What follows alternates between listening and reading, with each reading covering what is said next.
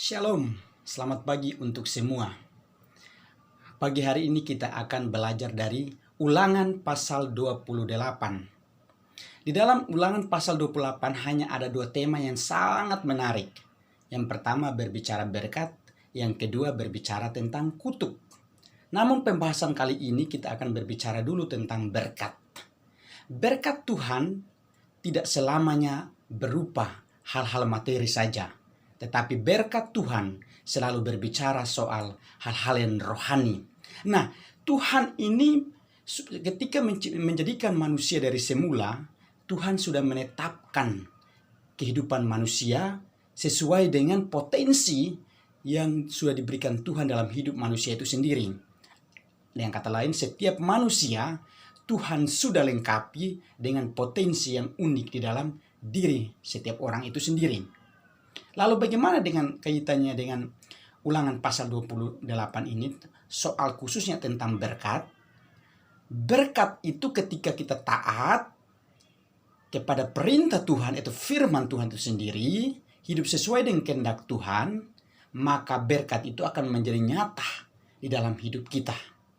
Berkat apa saja yang disediakan Tuhan bagi setiap orang yang percaya kepada Dia? Atau dengan kata lain, orang yang sudah dijadikan Tuhan, manusia yang sudah dijadikan Tuhan untuk menjadi miliknya, dan yang sungguh-sungguh mengasihi Tuhan.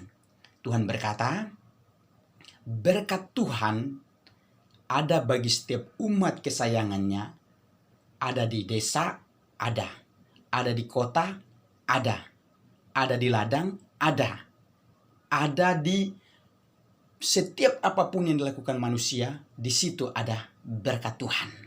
Asal kunci dan syaratnya ialah taat dulu sama Tuhan. Lalu berkat-berkat ini, apa arti semua daripada berkat-berkat itu?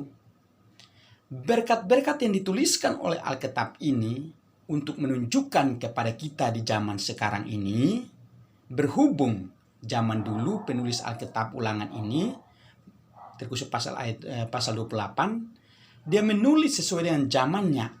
Dan secara garis besar dia menuliskan bahwa diberkatilah engkau di ladang, diberkatilah engkau di desa, di kota, diberkatilah lumbungmu, diberkatilah kandunganmu, dan lain sebagainya.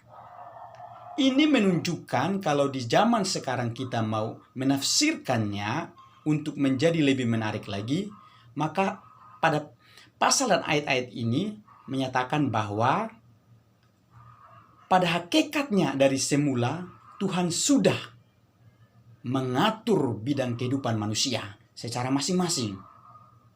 Ada yang harus suatu kelak menjadi pengusaha, ada yang suatu kelak akan menjadi petani, ada yang suatu kelak akan menjadi PNS, ada yang suatu kelak akan menjadi pegawai swasta, ada yang jadi pembisnismen, ada yang jadi konglomerat, dan ada yang jadi tentara, polisi, guru, dan lain sebagainya.